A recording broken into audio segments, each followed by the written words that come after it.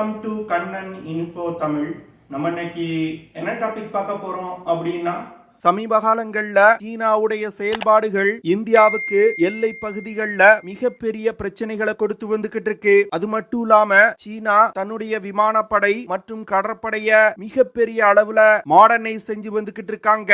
அடுத்த 10 வருடங்கள்ல இந்தியா தன்னுடைய கடற்படை மற்றும் விமானப்படைய மிகப்பெரிய அளவுல விரிவுபடுத்தலன்னா சீன கடற்படை மற்றும் விமானப்படை இந்தியாவை ஓவர்டேக் செஞ்சிரும். அப்படி செஞ்சுட்டா இந்தியாவால எல்லையில சீனாவை வலிமையா எதிர்க்க முடியாது. இதன் காரணமா அருணாச்சல் பிரதேஷ், லடாக் போன்ற இடங்கள்ல இந்தியா மிகப்பெரிய பிரச்சனைகளை சந்திக்க வேண்டியது இருக்கும். இதை கவுண்டர் செய்வதற்கு இந்தியா அடுத்த 10 வருடங்கள்ல என்ன திட்டங்களை வச்சிருக்காங்க, இதன் மூலமா சீனாவை எப்படி கவுண்டர் செய்ய முடியும் அப்படிங்கிறது குறித்து நம்ம டீடைலா இந்த வீடியோல பார்க்கலாம். சீனா தன்னுடைய முப்படைகளை சமீப காலத்துல மிகப்பெரிய அளவுல விரிவுபடுத்தி வந்துகிட்டு இருக்காங்க. அதுவும் குறிப்பா தன்னுடைய விமானப்படையை விரிவுபடுத்துவதற்கு சீனா அதிக முனைப்பு காட்டி வந்துகிட்டு இருக்காங்க. சமீபத்துல வெளிவந்த ஒரு ரிப்போர்ட்ல சீனா 2035 வருடத்துக்குள் 1000 J-20 5th generation fighter jet விமானங்களை தங்கள் படையில் இணைக்க இருப்பதா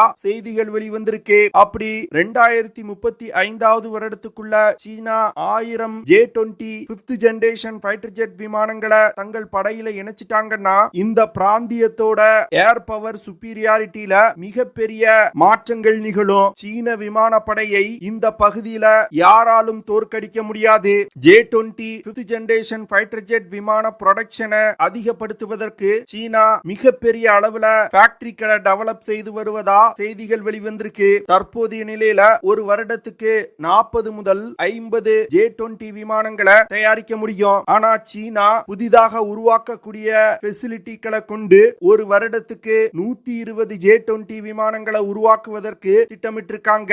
அப்படி சீனா செஞ்சாங்கன்னா 2035 வருடத்துக்குள் 1000 J-20 விமானங்களை அவங்களால தங்கள் விமானப்படையில் இணைக்க முடியும். சீனாவின் J-20 விமானம் அமெரிக்காவின் F-20 ராப்டர் விமானம் போன்ற ஒரு விமானம் அப்படின்னு சொல்லப்படுது. J-20 விமானத்துல அதிநவீன ஸ்டெல்த் தொழில்நுட்பம், சொபிஸ்டிகேட்டட் ஏவியானிக்ஸ், அதிநவீன ஆயுதங்கள் போன்றவை இணைக்கப்பட்டிருக்கு. அது மட்டும் இல்லாம சீனாவின் J-20 விமானத்தோட கேப்பபிலிட்டிஸ சீனா ரொம்ப ரகசியமா வச்சிருக்காங்க. இதன் காரணமா அந்த விமானம் ஒரு யுத்த களத்துல எப்படி செயல்படும் அப்படிங்கறத எதிரிகளால கணிக்க முடியாது. தற்போதைய நிலையில இந்திய எல்லையில இருந்து 150 கிலோமீட்டர் தூரத்துல 6 J-20 விமானங்களை சீனா நிறுத்தி வச்சிருக்காங்க. சிக்கிம் மாநில எல்லைக்கு அருகில் சீனாவின் 6 J-20 விமானங்கள் நிறுத்தி வைக்கப்பட்டிருக்கு. சீனா இந்திய எல்லையில இருந்து 150 கிலோமீட்டர் தூரத்துல J-20 விமானங்களை நிறுத்தி வச்சிருப்பது இந்தியாவுக்கு ஒரு அச்சுறுத்தலா பார்க்கப்படுது. இதன் காரணமா இந்தியா தன்னுடைய 5th ஜெனரேஷன் ஃபைட்டர் ஜெட் விமான ப்ராஜெக்டான ஆம்கா ப்ராஜெக்ட வேகப்படுத்த வேண்டிய கட்டாயத்துக்கு உள்ளாயிருக்காங்க. நிறைய மேற்கத்திய ஊடகங்கள் சீனாவின் J-20 விமானம் ஒரு உண்மையான 5th ஜெனரேஷன் ஃபைட்டர் ஜெட் விமானம் கிடையாது, அதுல பல குறைகள் இருக்கு அப்படின்னு சொல்றாங்க. அது மட்டும் இல்லாம ஒரு 5th ஜெனரேஷன் ஃபைட்டர் ஜெட் விமானத்திற்கு தேவையான ஹை த்ரஸ்ட் இன்ஜின் J-20 விமானத்துல கிடையாது அப்படின்னு சொல்றாங்க. என்ன இருந்தாலும் ஒரு 5th ஜெனரேஷன் ஃபைட்டர் ஜெட் விமானத்தை வெற்றிகரமா டெவலப் செய்து தன்னுடைய விமானப்படையில் இணைச்சிருக்க முதல் ஆசிய நாடா சீனா இருக்காங்க. வரக்கூடிய 10 வருடங்கள் இந்திய விமானப்படைக்கு ரொம்ப குரூஷியலான பீரியடா பார்க்கப்படுது. ஏன்னா சீனா தன்னுடைய விமானப்படையின் வலிமையை மிகப்பெரிய அளவுல அதிகரிக்கிறாங்க. இத கவுண்டர் செய்யணும்னா இந்தியா வெளிநாடுகள்ல இருந்து விமானங்களை வாங்கி படையில் இணைச்சா மட்டும் காணாது. ஆம்கா போன்ற உள்நாட்டு விமான டெவலப்மெண்ட் ப்ராஜெக்டுகளை அதிவேகமா முடிக்க வேண்டிய கட்டாயத்துல இப்போ இந்தியா வந்திருக்காங்க. இந்தியா ஆம்கா ப்ராஜெக்ட் மூலமா சீனாவின் J-20 விமானத்திற்கு நிகரான இல்லனா அதை விட அதிக செயல்திறன் கொண்ட ஒரு 5th ஜெனரேஷன் ஃபைட்டர் ஜெட் விமானத்தை டெவலப் செய்யறதுக்கு முயற்சி செய்து வந்துகிட்டு இருக்காங்க. சமீபத்துல Cabinet Committee on Security AMCA ப்ராஜெக்டுக்கு ஒப்புதல் கொடுத்திருக்காங்க. இதன் மூலம் மூலமா ஆம்கா விமானத்தோட புரோட்டோடைப்புகளை உருவாக்குவதற்கு ஏரோநாட்டிக்கல் டெவலப்மெண்ட் எஸ்டாப்ளிஷ்மெண்ட் நிறுவனம் முயற்சி செய்து வந்துகிட்டு இருக்காங்க. AMCA 5th generation fighter jet விமானத்தை உருவாக்குறதுல இந்தியா சில சேலஞ்சஸ் ஃபேஸ் பண்ணி வந்துகிட்டு இருக்காங்க. குறிப்பா சொல்லணும்னா ஹை த்ரஸ்ட் கொண்ட விமான இன்ஜினை உருவாக்குவது, AESA ரடார்களை தயாரிப்பது, அதிநவீன எலக்ட்ரானிக் வார்ஃபேர் சிஸ்டங்களை உருவாக்குவது போன்ற சில முக்கியமான விஷயங்கள்ல இந்தியா பின்தங்கி இருக்காங்க. இதை சமாளிப்பதற்கு ஆம்கா திட்டத்தை சில வெளிநாட்டு நிறுவனங்களுடன் இணைந்து இந்தியா செய்வதற்கு வாய்ப்பு இருப்பதா செய்திகள் வெளிவந்திருக்கு.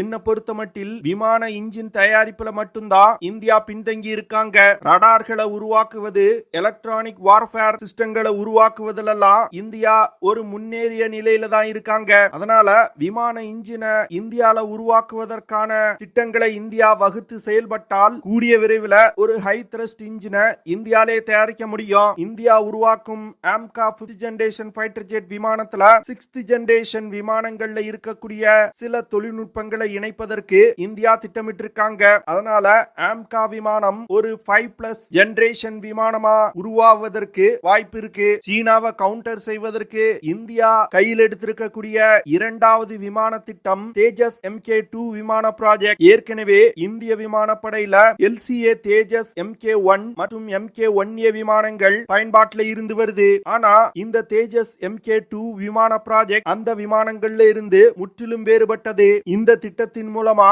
ஒரு medium weight multi role fighter jet விமானத்தை இந்தியா உருவாக்க போறாங்க. குறிப்பா சொல்லணும்னா தேஜஸ் MK2 விமானம் தற்போது இந்திய விமானப்படையில் பயன்பாட்டில் உள்ள ரஃபேல் போர் விமானங்களுக்கு நிகரான ஒரு போர் விமானமா இந்தியா உருவாக்க திட்டமிட்டு இருக்காங்க. தேஜஸ் MK2 விமானம் தற்போது இந்திய விமானப்படையில் பயன்பாட்டில் உள்ள ஜாகுவார், மிராஜ் 2000, MiG-29 போன்ற விமானங்களை ரீப்ளேஸ் செய்வதற்கு இந்தியா உருவாக்குறாங்க. தேஜஸ் MK2 விமானத்துல 90% பாகங்களை இந்தியாவிலே தயாரிப்பதற்கு திட்டமிடப்பட்டிருக்கு. இதனால இந்த விமானத்தை உருவாக்க ஆகும் செலவும் மிகவும் குறைவாக தான் இருக்கும். தேஜஸ் MK2 விமான ப்ராஜெக்டுக்கும் கேபினெட் கமிட்டி ஆன் செக்யூரிட்டி ஒப்புதல் கொடுத்திருக்காங்க. தேஜஸ் MK2 விமானத்தை 2026 வருடத்துக்குள் உருவாக்கி அதோட முதல் பறத்தலை நடத்துவதற்கு இந்தியா திட்டமிட்டிருக்காங்க. தேஜஸ் MK2 மற்றும் ஆம்கா MK1 விமானத்துல GE நிறுவனத்தால் தயாரிக்கப்படும்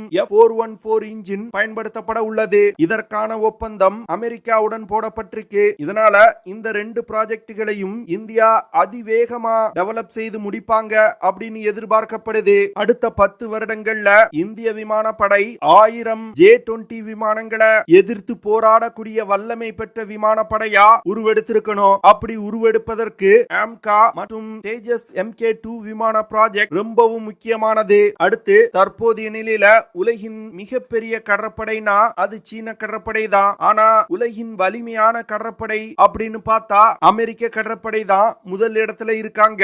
அமெரிக்காவை கடற்படையின் வலிமையில முறியடிப்பதற்கு சீனா தன்னுடைய கடற்படைய மிகப்பெரிய அளவுல விரிவுபடுத்தி வந்துகிட்டு இருக்காங்க. அமெரிக்காவுக்கு நிகரான 1,00,000 டன் எடை கொண்ட சூப்பர் கேரியர் ஏர்கிராப்ட் கேரியர்களை கட்டி வந்துகிட்டு இருக்காங்க. கடற்படையை பொறுத்தமட்டில் இந்தியாவுக்கு இந்தியன் ஓஷன் ரீஜன்ல ஸ்ட்ராட்டஜிக்கலா சில அட்வான்டேஜஸ் இருக்கு. மலாக்கா நீரிணை பகுதிக்கு அருகில் இருக்கக்கூடிய அந்தோமான் நிக்கோபார் தீவுகள், லட்சத்தீவு போன்ற இடங்களை பயன்படுத்தி இந்தியாவால சீன கடற்படைக்கு செக் வைக்க முடியும். இதை முறியடிப்பதற்கு சீனா தற்போது இன்னொரு திட்டத்தை செயல்படுத்துறாங்க. அதாவது பாகிஸ்தான் கடற்படைய மிகப்பெரிய அளவுல விரிவுபடுத்துவதற்கு உதவி செய்யறாங்க. சமீபத்துல பாகிஸ்தான் கடற்படையில சீனாவில் டிசைன் செய்து தயாரிக்கப்பட்ட ஹேங்கர் கிளாஸ் சப்மரீன்களை இணைச்சிருக்காங்க. இந்த ஹேங்கர் கிளாஸ் சப்மரீன்கள் அதிநவீன நீர்மூழ்கி கப்பல் அப்படின்னு சொல்லப்படுது. இதை கவுண்டர் செய்வதற்கு இந்தியா ASW அப்படிங்கிற ஆன்டி சப்மரீன் வார்ஃபேர் மிசைல வெற்றிகரமா சோதனை செஞ்சாங்க. இந்த மிசைல பயன்படுத்தி தொலை தூரத்துல உள்ள நீர்மூழ்கி கப்பல்களை இந்தியாவால தாக்கி அளிக்க முடியும். இந்தியா சீனாவிடமிருந்து எந்த ஒரு ஆயுதத்தையும் இறக்குமதி செய்யல. சீனா பாகிஸ்தானுக்கு தன்னுடைய மிலிட்டரி டெக்னாலஜியை கொடுத்து இந்த பிராந்தியத்துல ஒரு ஆர்ம் ரேஸ தொடங்கி வைக்கிறாங்க. பாகிஸ்தானுடைய முப்படைகள் பெருமளவுல சீன ஆயுதங்களை நம்பியே இருக்காங்க. பாகிஸ்தானுக்கு நீர்மூழ்கி கப்பல்களை கட்டி கொடுப்பது, பிரிகேட்ஸ் ரக போர்க்கப்பல்களை கொடுப்பது போன்ற பல விஷயங்களை செஞ்சு பாகிஸ்தான் கடற்படைய இந்த பகுதியில ஒரு வலிமையான கடற்படையா உருவாக்க முயற்சி செய்யறாங்க. செய்யறாங்க. இத இந்தியா கவுண்டர் செய்யணும்னா தன்னுடைய கடற்படைய மிகப்பெரிய அளவுல விரிவுபடுத்தணும். Stockholm International Peace Research Institute அப்படிங்கிற அமைப்பு சவுத் ஏசியா ரீஜன்ல சீனா பாகிஸ்தானுக்கு ஆயுதங்களை மிகப்பெரிய அளவுல சப்ளை செய்யறாங்க. இதன் காரணமா இந்த பிராந்தியத்துல ஒரு ஆம்ரேஸ உருவாக்குவதற்கு சீனா முயற்சி செய்வதா அந்த அமைப்பு குற்றம் சாட்டுறாங்க. இந்த விஷயங்களை கவுண்டர் செய்யும் விதமா இந்தியா தன்னுடைய கடற்படைய விரிவுபடுத்துவதற்கு தற்போது சில முக்கியமான திட்டங்களை செயல்படுத்த ஆரம்பிச்சிருக்காங்க. குறிப்பா சொல்லணும்னா அதிநவீன சப்மரீன்கள், மிகப்பெரிய ஏர்கிராப்ட் கேரியர்கள், ஆன்டி சப்மரீன் வார்ஃபேர் கேப்பபிலிட்டி போன்ற பல விஷயங்களை இந்தியா ஒருங்கிணைந்து டெவலப் செய்து வந்துகிட்டு இருக்காங்க.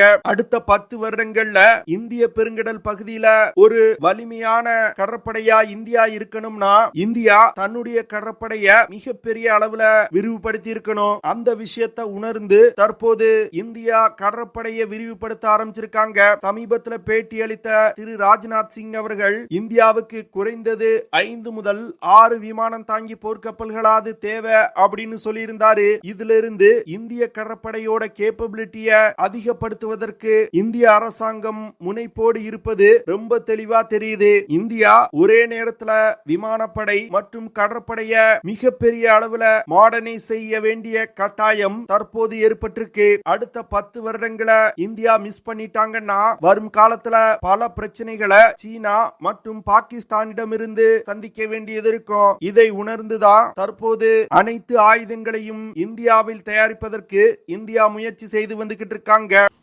ஓகே ஃப்ரெண்ட்ஸ், நம்ம வீடியோவோட நிறைவு பகுதிக்கு வந்துட்டோம். இதெல்லாம் தான் நான் உங்ககிட்ட ஷேர் பண்ணணும் அப்படின்னு நினைச்ச விஷயங்கள். ஐ ஹோப் நான் ஷேர் பண்ண விஷயங்கள் உங்களுக்கு பிடிச்சிருக்கும்னு நினைக்கிறேன். அப்படி பிடிச்சிருந்துச்சுன்னா ஷேர் பண்ணுங்க, லைக் பண்ணுங்க, கமெண்ட் பண்ணுங்க. மறக்காம நம்ம சேனலுக்கு சப்ஸ்கிரைப் பண்ணுங்க. See you in the next video. Jai Hind.